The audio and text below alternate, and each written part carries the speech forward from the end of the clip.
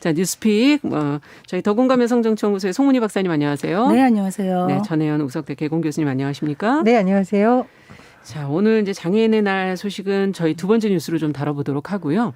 첫 번째는 이 여당 내에 지금 종합부동산세를 완화하자는 목소리가 나오고 있어요, 지금.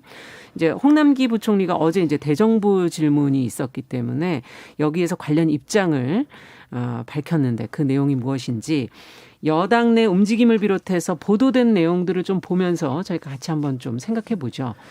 예, 우리가 부동산 정책을 얘기할 때 세제가 있고요. 대출에 관한 기준 뭐 여러 가지가 있죠. 문제. 그런데 예.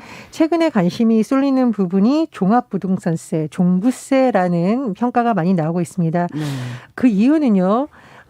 지금 소위 말하는 보수정당이라고 하는 국민의힘에서도 물론 이런 목소리가 나왔습니다만 선거가 끝나고 나서 더불어민주당의 주요 정치인이라든가 네. 예를 들면 당대표에 도전한 의원들이라든가 그렇죠. 중진 의원들이라든가 이런 곳에서 종부세 기준을 좀 완화해야 된다. 네. 말하자면 금액을 좀 상향시켜야 된다.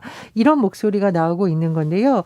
일단 현재 당대표에 도전한 의원들의 입장을 살펴보면 구체적인 입장을 낸 의원도 있고 약간 포괄적으로 낸 의원도 있는데 송영길 후보는 주택담보대출 비율 등을 확대하는 방안을 주로 이제 말을 했던 것으로 전해지고 있고 네. 홍영표 후보의 경우에는 종부세 부과 기준을 현재 공시가격 9억 원에서 12억 원으로 올릴 수도 있다고 생각한다. 이렇게 밝혔고요. 우원식 후보도 뭐 부동산 공급, 대출, 세제의 변화에 대해서 언급을 했다고 합니다. 이외에도 뭐 이광재 의원이라든가 정청래 의원 등이 이 종부세에 관한 얘기를 하고 있는데 쉽게 좀 요약을 해보자면 이런 의원들의 공통점은 뭐냐면요.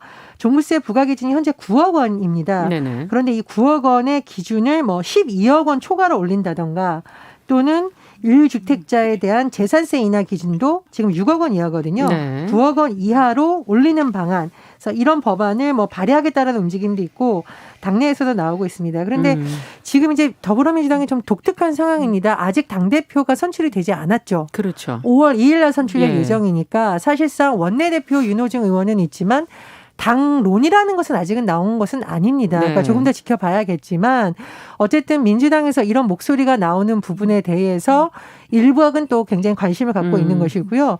또 하나 제가 이제 말씀을 드리자면 어제 대정부 질문에서도 이런 이제 질문이 나왔어요. 그래서 일단 종부세의 기준 제가 말씀드린 것에 대해서 질문이 나왔는데 홍남기 부총리의 발언을 보면 이게 언론마다 해석이 다릅니다. 그러니까 종부세 기준을 완화할 수도 있다라고 밝혔다. 라는 것도 있고 그냥 의견을 청취하겠다 정도라는 것이 이건 해석의 영역이고 홍남기 지금 국무총리 직무대행이죠. 그렇죠. 홍남기 국무총리 직무대행 겸 경쟁부총리의 말에는 뭐 어떤 그런 의견에 대해서도 같이 짚어보고 있다라고 얘기를 한 겁니다. 있다. 그게 그냥 그러니까 정확한 팩트죠. 그렇습니다. 네. 이제 짚어보고 있다. 근데 그 앞에 단서가 붙었습니다. 부동산 정책과 관련해서는 잘못된 시그널이 가지 않는 범위.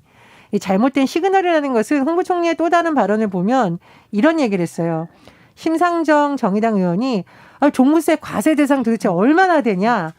절대 다수의 집 없는 서민을 위한 목소리가 안 나오는 게 통탄할 일이다라고 질문을 했더니 홍남기 부총리가 굉장히 재미있는 대답을 했네요. 저도 심지어는 종부세를 내본 적이 없다.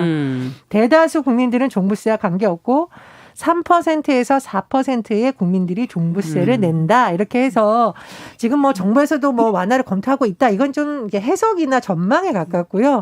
지금은 이런 논의가 나오는 정도라고 보는 게 조금 더 정확하지 않을까 싶습니다. 그러네요.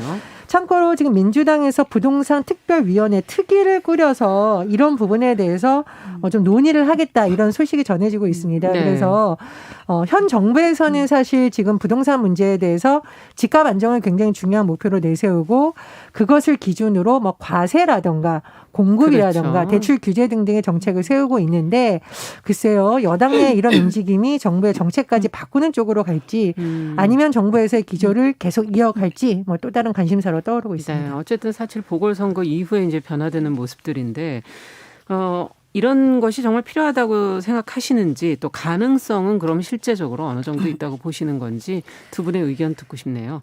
2008년에 서울의 부동산 중위 가격이요. 4억 8천만 원이었습니다. 근데 지금 올해 보면은 중위 가격이 9억 7천만 원. 네. 지금 사실 특히나 서울 지역 같은 경우에 부동산이 많이 올랐고 전국적으로 부동산이 많이 올랐습니다. 네. 그럼에도 불구하고 공시지가 아까 말했던 종부세의 기준인 9억은 13년째 기준이 똑같아요. 13년째. 네, 그렇기 때문에 이 기준에 대해서는 상향할 수밖에 없는 지금 현실적 필요성이 와 있지 않는가 이 생각이 들고 기본적으로 종부세라는 게 상위 1% 국민에게 매기는 세금이었습니다. 참여정부 시절만 해도요. 근데 지금 현재 와서 보면 3.8% 정도가 종부세 과세 대상이 되고 70만 명 정도가 된다. 그런데 전국적으로 보면 그런데 서울로 치면 16%. 네, 그렇군요. 그렇다면 이게 홍남기 부총리는 종부세를 안 내는지 모르겠지만 16%는 내고 있다. 그렇기 때문에 그들에게는 문제가 될 수 있다. 그런데 돈이 많고 집값이 높은 사람에게 세금을 많이 내는 게 무슨 문제냐라는 근본적인 질문을 할 수 예, 있죠. 예. 그래서 우리가 근본적으로는 이 세제의 어떤 형평성의 문제를 얘기를 하는데요. 종부세와 함께 지금 6월 달에 다주택자에게 그 보유세 양도소득세가 엄청 높아집니다. 그렇죠. 그걸 앞두고 지금 어떻게 하고 있느냐. 이 정책의 목표는 다주택자들이 좀 매물을 시장에 내놔가지고 집값도 떨어뜨리고 거래를 활성화하자는 건데 네.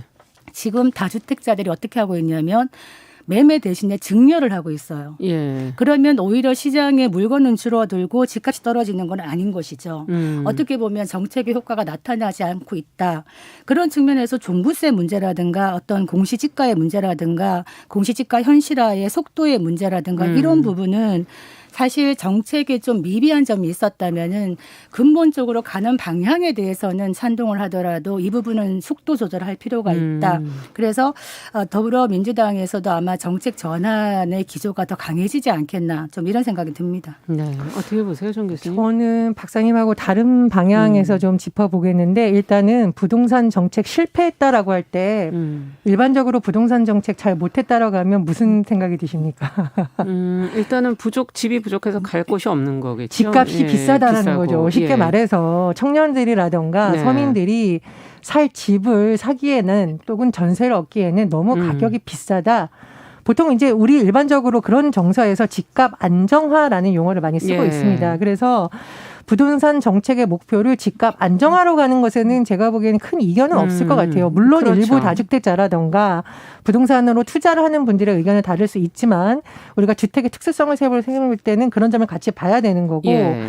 그러면 두 번째로 이게 종부세라는 것이 과연 아까 말씀해 주셨는데 숫자를 다시 한번 살펴보면 전체의 3.7%라는 거죠. 전국에. 그렇죠. 네. 그러니까 서울의 16%라고 얘기를 하는데 서울은 지금 여러 가지 교통이라든가 교육 여건 때문에 여러 가지가 복합적으로 작용해서 지금 집값이 상향되어 있는 부분도 있잖아요. 일자리 네. 문제라든가. 네. 그렇다면 우리 국민의 전체 3.7%를 대상으로 한 이 내용이 지금 코로나 시기에 맨날 재정 어렵다고 하고 양극화가 심하다 하고 자산의 양극화뿐만 아니라 취약계층에 있어서 생존의 문제가 제기되는 이 시점에서 네. 과연 정치권이 이거를 우선순위로 놔야 되는가 저는 조금 의문이 있습니다. 그래서 더군다나 집값 안정화를 외치고 서민과 중산층을 위한다고 하는 민주당에서 이런 얘기가 나왔다는 것이 저는 조금 이율배반적으로 보이지 않을 수 있을까라는 생각이 집값 듭니다. 안정화라는 건 어떤 정책으로 가능할까요? 그러니까 지금 뭐 정부에서 하는 일부 주택 공급으로 인해서 지금 부동산 현지업자들 언론 인터뷰를 보면 예. 일부분 뭐 전세 가격이라던가 아파트 가격이 조금 내려간 지역도 있었다는 보도가 나왔는데 예, 최근에. 그렇습니다. 근데 최근 서울의 오세훈 시장 취임 이후에 예. 오세훈 시장의 어떤 규제 완화와 관련돼서 언급됐던 지역의 가격이 2억 3억 폭등했다. 이런 이제 나오고 있어요. 그래서 예. 제가 여당과 야당과 정치권이라는 말을 자꾸 같이 쓰는 이유가 이것은 사실 집값 안정화라는 공통의 목표를 가지고 정부도 여당도 야당도 쭉 같이 밀고 나가야 되는 건데 지금 네. 지자체별로 생각이 다르고 의원들별로 생각이 다르고 하면서 이렇게 계속 혼선만 거듭되는 건 아닐까 이런 생각이 듭니다. 그래서 이 부분에 대해서는 어쨌든 정부와 여당 내에서 좀 심도 깊은 논의가 필요하다고 생각을 하고요. 예. 두 번째로 참여연대에서 분석을 한 자료를 제가 좀 꼼꼼히 봤어요. 예. 보도자료를 냈는데 우리가 보통 내가 종부세 대상인가 아닌가라고 할 때 자꾸 부동산 지나다니면서 우리 집가 얼마라는데 그게 아닙니다. 그건 시세죠. 그렇죠. 그러니까 공시가격을 봐야 되는 거죠. 예, 지금 시세에 가깝게 많이 올라왔죠. 그런데 공시지가가. 이게 지금 정부의 어떤 현실화율 70%를 70%. 적용을 해보냐면 예. 공시가격 9억 원이라는 것은 시세의 12.9억 원, 쉽게 말하면 13억 원에 가깝다. 그래서 종부세를 적용했더니 1년에 4만 원 세금을 더 내게 되더라. 그러니까 이것이 언론에서 말하는 것처럼 어마무시하게 세금 폭탄이냐. 세금 폭탄이 되려면 굉장히 많은 국민들이 그 대상이 돼야 되고 실제로 어마무시한 것이 이게 돼야 되는데 그 대상을 보니 뭐 시세에 뭐 16.5억 원, 17억 원 이렇게 대상이 된다는 거죠. 그래서 객관적인 수치라든가 이 세제가 미치는 대상을 조금 더 정밀하게 봐서 민주당에서 의논을 할 수는 있습니다. 그러나 이렇게 자꾸 부동산이 선거 이후에 자꾸 뭔가 기조를 바꾸는 것처럼 하면 저는 오히려 더 혼란을 줄 수 있지 않을까 이렇게 생각을 하고요. 제가 서두에서 말씀드렸듯이 대다수 사람들이 복지의 필요성이라든가 코로나 시대의 취약계층에 대한 지원을 말합니다. 근데 세제는 어떻게 마련하겠다는 거죠? 법인세 인하해주고 종부세 인하해주고 사방에 세금 인하한 다음에 그 재원을 도대체 어디서 마련해서 하겠다는 거죠? 그래서 사실은 복지국가를 우리가 가자고 얘기를 하지만 이 논의에 있어서의 증세라든가 세금 문제는 필수적으로 따르는 굉장히 어려운 과정인데 같이 봐야 되는 거지 복지를 확대하자고 하면서 세금을 자꾸 깎아주자 이거는 맞지 않습니다. 그래서 복합적으로 이런 문제를 좀 봐서 정치권에서도 좀 깊은 논의가 되었으면 하는 바람입니다. 또 논의를 할 때는 또 어떻게 세금을 썼느냐의 문제도 또 저희는 같이 봐야 되긴 그렇습니다. 하죠. 예. 우리가 부동산 정책 얘기하면서 정책 실패의 징후가 높다라고 보여지는 게 어떤 측면이냐. 지금 현재 부동산 정책이 사실 총체적인 난국이다. 집이 있는 사람은 종부세를 포함해서요. 집을 가진 사람은 전반적으로 지금 집값이 폭등하면서 일단 내야 될 세금의 부담이 커진 건 사실입니다. 전반적으로. 그리고 집이 없는 사람은 내 집 마련의 꿈이 너무나 요원해지기 때문에 화가 나고 좌절한다. 그리고 전월세에 있는 사람들은 전월세 구하기가 더 어렵기 때문에 매우 힘들다. 전방위적으로 다 힘들다는 부분에서 정책 실패의 부분을 얘기할 수 있는 것이고요. 우리가 집값 안정화는 모든 사람이 바라는 목표죠. 그런데 이 집값이 이만큼 폭등한 게 과연 누가 만들었느냐 생각해 본다면 주택 공급이라는 거는 민간과 공공이 같이 가야 됩니다. 두 트랙으로. 그렇지만 엄연히 민간이 시장을 주도하고 나가고 그 어떤 빈틈이나 사각지대를 공공이 가서 보완하는 형식으로 가야 되는데 문재인 정부 들어와서는 시장을 정책이 이기겠다라는 신념을 갖고 하다 보니 부동산 정책을 25회나 했음에도 불구하고 남아있는 것은 집값 폭등. 이런 부분에서 집값이 오르니까 세금이 덩달아 올라가는 거예요. 지금 이런 문제가 있기 때문에 집값을 잡는 것이 부동산 정책의 최종 목표가 돼야 된다는 것이고요. 지금 전월세 상한제 이제 우리가 또 얘기를 안 할 수가 없는데 독일의 그 연방재판소에서 얼마 전에 이거 위헌이 있다 이렇게 얘기했습니다. 왜냐하면 법 자체의 문제라기보다는 취지는 좋을 수 있지만 베를린 시민들이 너무 고생한다는 거예요. 이렇게 해보니까 전월세를 구하기가 너무 어렵다. 그래서 우리가 어떤 정책을 할 때 어떤 취지나 목표 방향성 좋습니다. 공시지가 현실화 저도 동감하고 많은 국민들이 공감을 해요. 왜냐하면 공시지가와 현 시세가 너무 많은 차이가 난다는 것 자체가 불공정입니다. 그렇죠. 그렇기 때문에 이게 우리가 자산 불평등, 부동산 있고 없고에 따라서 이 불평등이 심화되는 게 과연 공정한 것이냐. 그렇기 때문에 공시가격 현실화가 매우 중요하지만 문제는 속도죠. 이거 어느 날 갑자기 70% 만들기 위해서 한 해에 19% 공시가격을 올려버린다. 이렇다면 많은 국민들에게 부담이 한꺼번에 가는 것이기 때문에 이런 부분에 대해서 좀 조밀하게 속도를 조절할 필요성은 분명히 있다. 이 얘기를 드리겠습니다. 박사님 말씀하신 것 중에 많은 국민들이란 말은 제가 동의하기 어렵습니다. 무주택 가구가 40%예요. 그렇죠. 종부세 대상 전체의 3.7%입니다. 그러니까 이거는 국민이라는 용어를 쓸 것이 아니라 주택 보유자와 주택이 없는 사람을 좀 나눠서 우리가 얘기를 해야 되는 거고요. 그리고 제가 지금 계속 부동산 정책 얘기를 하고 계시는데 지금 언론 보도를 보면은요. 서울의 일부 지역 아파트 폭등은 오세훈 시장 취임 이후에 개발에 대한 호재가 작용하면서 했다라는 것이 지금 많은 언론 보도를 통해서 나오고 있어요. 그래서 제가 이거를 여당의 기조다 야당의 기조다 자꾸 이렇게 하지 말고 좀 정치권에서 같이 논의를 하자라고 하는 얘기가 이게 지자체장이 어떤 신호를 주면서 시장에 미치는 영향도 있습니다. 그렇기 때문에 좀 주의해야 되는 거고요. 오세훈 시장이 최근에 뭐 토지거래 허가구역 지정이라든가 이런 걸 한 발 물러섰다고 하는데 어쨌든 이 부동산 정책에 대해서 집값 안정화 그렇다면 무주택 가구 40%를 더 염두에 염두에 둔다면 저는 오히려 대정부 질문에서 이런 질문이 더 많이 나오지 않았을까 이런 좀 아쉬움이 많이 듭니다. 네. 그렇다면은 그 무주택 가구들을 위한 정책을 사실 내야 되죠. 저는 좀 답답한 것이 어제 대정부 질문할 때도 그 심상정 의원이 이런 말을 했어요. 종부세 내는 3.7%만 대변하고 여야가 다 똑같다 이런 얘기하면서 절대 다수 서민을 대변하는 목소리가 안 나온다 이런 얘기하는데 저는 근본적으로는 무주택 서민들의 집 마련을 위해서 사실은 정부 여야가 다 힘을 모아야 된다고 생각하지만 예. 절대 다수 서민을 대표하는 목소리를 과연 지금 누가 내고 있는가. 서로 상대방이 안 낸다고 얘기하지만 실제로 제대로 된 걸 내고 있지 않아요. 저는 오히려 현실성 있는 얘기를 한다는 것이 한 번 더 말했습니다만 종부세 부과 대상일 수도 있고 아닐 수도 있습니다만 이 은퇴하고 집 한 채 가지신 분들이 있죠. 65세 이상 소득이 없이 세금만 올라가시는 이런 분들에게 지금 바로 더불어민주당에서 이런 얘기를 합니다. 이분들이 세금 내기 힘드니 주택을 매각 상속 증여할 때까지 이 세금 납부를 연기해 주겠다. 이게 과세 이연 제도거든요. 네. 그만큼 지금 현실적으로 바로 이게 맞닥뜨린 문제이기 때문에 이런 얘기를 하는 것이거든요. 그리고 네. 실제로 우리가 공시가격 합산 12억 이하인 이 주택자에 대해서 중과를 면제해 주겠다. 이것도 지금 더불어민주당에서 나온 거예요. 왜냐하면 현실적으로 우리가 2주택, 3주택 그러면 굉장히 다주택자이고 뭐 투기하는 세력 같고 이렇게 얘기를 하지만 가만히 현실을 들여다보면은 어떤 사정으로 인해 갖고 2주택 부모 복량이라든가 뭐 그렇죠. 지방 근무라든가 2주택이 있을 수 있는데 아주 낮은 가격에 2주택을 갖고 있다고 해서도 2주택이기 때문에 중과하는 건 문제가 있으니 가격으로 쳐서 12억 이하는 중과를 면제해 주겠다.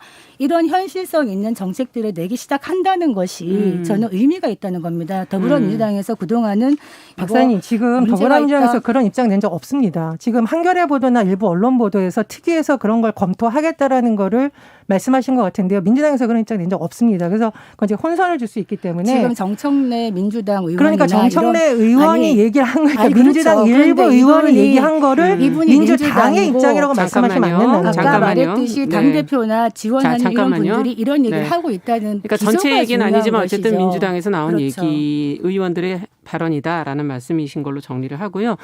자, 부동산 문제가 이렇게 뜨겁습니다. 저희 프로그램이 여태까지 진행상 제가 생각할 때 이렇게 또 달아오르기가 지금 장애인의 날 얘기를 해야 되는데 저희가 여기서 이렇게 홍보를 할 많은 때가 시간을 아닌데요. 보냈네요. 시간을 너무 보내서 제가 갑자기 화가 날라 그러네요. 네. 하여튼 부동산 문제 앞으로 조금 더 지켜보면서 지금 종부세 완화의 문제점과 또 그 안에서의 세부적인 그 안에서의 부분, 더 구체적인 부분의 현실적인 문제들을 과연 어떻게 해결할 거냐 앞으로 지켜볼 것이고 집값 안정화라는 목표를 지금까지 이루지 못하고 계속 집값을 올렸기 때문에 그것을 어떻게 또 시정할지를 끝까지 좀 지켜보겠습니다. 자, 오늘 지금 정작 중요한 얘기는 장애인의 날 얘기입니다. 이 장애인의 현실을 좀 짚어보는 기사들이 지금 특집으로 많이 마련이 됐는데 그중에서 국내에 코로나19가 발생한 지 지금 1년이 넘었거든요. 그동안 발달 장애인들의 돌봄, 학습 공백이 심해졌다는 그런 보도가 나와서 좀 눈여겨봐야 될 것 같습니다. 자, 이 관련 내용을 송 박사님께서 정리해 주시면 저희가 같이 한번 고민해 보죠. 네, 사실 오늘 장애인의 날입니다. 네. 몇 회인 줄 아세요? 41회입니다. 예. 그렇다면은 이 장애인 정책이나 이런 것이 참 많이 좋은 정책들이 나와 있었어야 될 네. 텐데 코로나 시대에 장애인 정책은 과연 어떠한가. 사실 이 주제가 오늘 참 중요한데 네. 부동산에 너무 많은 시간을 썼네요. 그러니까요. 네. 코로나19 한 1년 지나고 나면서 지금 많은 사람들이 다 힘든 시기를 겪고 있습니다만 장애인들의 일상은 거의 멈췄다고 해도 과언이 아닙니다. 네. 특히 발달 장애인 같은 경우에는 사회적 거리두기를 하면서 학교라든가 기관이 다 문을 거의 닫았죠. 예. 그러다 보니까 온전히 집에 있는 시간이 많아지고 부모의 역할이 커졌죠. 네, 돌봄이 부모의 몫으로 오롯이 네. 간다. 실제로 설문조사를 해보니까 이 과정에서 부모 중에 한쪽이 직장을 그만둔 경우가 거의 20%가 넘어간다는 겁니다. 그 정도로 네. 있고 또 이 발달 장애인 같은 경우에는 어떤 계획적인 루틴을 계속하다가 하루아침에 운이 닫혀버리니까 예. 이 속에서 적응하는 게 힘들어가지고 어떤 도전적인 행동도 많이 하고 패턴이 부정적으로 변하면서 예. 정서적인 어려움이 더 커졌다. 이 와중에 부모의 스트레스도 더 과중이 돼서 이 설문조사를 해보니까 발달장애인 부모의 스트레스 지수가 10점 만점에 7.93. 굉장히 높은 것이죠. 예. 그리고 실제로 이 발달 장애인들이 어떤 소리를 지르거나 벽을 치거나 이래가지고 이 주변에서 항의가 들어와서 이웃들한테. 이웃들에게 와서 이런 문제도 있고. 또한 교육 격차가 또 발생을 하는데요. 네. 우리가 비대면 서비스를 많이 하죠. 코로나19로. 그러면 발달 장애인들이 비대면 교육을 잘할 수 있는가? 실제로 장시간 화면을 시청하는 것도 어렵고요. 일반인도 힘든데요. 예, 어렵죠. 예. 거기다가 이 수업 컨텐츠가요. 발달 장애인용 컨텐츠가 거의 많지 않습니다. 그러다 보니까 콘텐츠 자체가 이분들이 제대로 된 수업을 할 수가 없는 거예요. 예. 그래서 실제로 뭐 일반인 그러니까 비장애인들은 EBS나 실시간 강의 콘텐츠가 참 풍부하지만 이 발달 장애인에 대한 활용할 수가 수업에 없겠군요. 콘텐츠가 없다면은 이거는 학습 격차도 매우 문제가 있다. 그래서 발달 장애인의 특성을 고려한 어떤 정책이 거의 사각지대에 있는 게 아닌가. 또 하나 문제점은요. 장애인 분들이 아프면 병원을 못 가요. 네. 이분들이 실제로 이 마스크 쓰는 것도 좀 문제가 있을 수 있고요. 발달 장애인들이 그러면 병원에서 또 받지를 않죠. 예. 이런 문제가 있고 또 만약에 확진을 받거나 자가격리가 됐을 때 이들을 누가 돌보는가. 이것도 지금 현장에 인력이 많이 부족하기 때문에 정말 총체적인 난국에 처해 있는 게 바로 장애인의 현실이다. 네. 이런 그래도 그 말씀드리겠습니다. 현실에 대한 조사가 최근에 이루어진 거죠. 어느 정도의 스트레스 지수가 부모에게 올라갔는가. 그 예를 들자면 예. 장애 가족을 돌보는데 부모가 얼마나 시간을 쓰느냐. 보통 평일에 8.87시간을 썼었어요. 이것도 많죠. 네. 그런데 이번에 보니까 13.68시간 거의 14시간을 오롯이 그 8시간 근무도 힘들다. 하루 종일 본다고 예. 봐야 되겠죠. 14시간에 가까운 시간에 근무를 그래서 하는 보호자 격이네요. 70%가 지난 10개월간 너무 힘들었다 이런 얘기를 하고 있는데 이 발달 장애인들의 도전적 행동이 커진다. 즉 타해 남을 해치는 행동을 하는데 그 타겟이 바로 옆에 있는 이 가족이 가족일 될 수도 수가 있다. 이런 불안감이 있는 겁니다. 자, 어떻게 이게 필요한 대책이 너무 많을 것 같아서 뭐 다 얘기할 수는 없을 것 같고 시간상 한 가지씩만 좀 짚어주시는 걸로 하죠. 예. 저는 재난 상황에서의 장애인 종합 매뉴얼을 만들어야 되지 않을까 싶습니다. 예를 들면 이제 포항 지진 때도 네. 장애인에 대한 매뉴얼이 없어서 혼선이 빚었다 이런 지적이 나오고 그랬죠. 있거든요. 그러니까 네. 자연재해뿐만 아니라 감염병 사태에서도 장애인을 어떻게 대응시키고 사회적 격리를 했을 때는 어떤 문제가 발생하는지를 그렇죠. 짚어야 되고요. 특히 최근에 문제되는 게 장애인들 같은 경우에는 현실적으로 지금 시설이나 집단 생활하는 경우가 많다 보니까 예. 감염 취약에 노출되어 있다는 지적 계속 나오고 있고 실제로도 이번 코로나 사태에서 나왔습니다. 그렇죠. 그래서 이걸 하나하나 들여다보면 결국은 계속 또 다른 문제가 나오기 때문에 이번 일을 계기로 장애인 감염병 대응 매뉴얼 해서 총체적으로 한번 짚어서 매뉴얼을 만들어 놓는다면 유사 상황에서 또 다른 일이 반복되지 않도록 할 수 있지 않을까 그러네요. 그런 생각이 듭니다. 네. 그 매뉴얼을 제대로 만들려면은 장애인 실태 조사에 대해서 제대로 된 전수 조사가 먼저 시작되어야 된다고 조사가 생각을 먼저 합니다. 돼야 된다. 그리고 지금 돌봄이 필요한 발달 장애인들을 가족이 직접 돌봐도요. 이 활동 지원 서비스를 급여를 받지를 못해요. 그렇죠. 정부가 한시적으로 이제 급여의 한 50% 지원하는 건 하고 있습니다만 원래는 활동 지원 제도를 가족이 못 받게 되어 있습니다. 이 부분에 대해서 제가 늘 얘기하지만 이거 법적인 제도 정비가 필요하다. 네. 제가 긍정적인 거 하나만 꼭 말씀드리고 싶은 게 예. 광주에서 지난번에 그 발달 장애인 아들과 어머니의 죽음 소식이 있었습니다. 이후에 광주에서 어떤 일이 있었냐? 전국 최초로 광주에서 최중증 발달 장애인 돌봄센터가 생겼습니다. 네. 즉 성인 돼도 갈 곳이 없는 장애인들이 24시간 돌봄할 수 있는 게 만들어졌습니다. 이 부분이 전국적으로 저는 벤치마킹이 되고 국비 사업으로도 더 확장이 되어야 되지 않겠나 이렇게 건의를 드립니다. 네. 할 얘기는 너무 많지만 한 저희가 마디만 덧붙이면 예. 서울시는 그러니까 장애인 감염병 대응 매뉴얼을 지난 1월에 만들었다고 해요. 그래서 다른 지자체에서도 좀 보면서 보완을 하면 더 좋지 그러면 않을까 좋겠네요. 그런 생각이 듭니다. 네. 저희가 조금 아쉽네요. 시간을 많은 조금 더 얘기할 써야 수 되는데. 있었는데. 예. 자, 뉴스픽 전혜웅 우석대 개공교수 더공감 여성정치연구소 송문희 박사 두 분과 함께했습니다. 감사합니다. 감사합니다. 자, 정용실의 뉴스 브런치 듣고 계신 지금 시각 10시 32분이고요. 라디오 정보센터 뉴스 듣고 오겠습니다.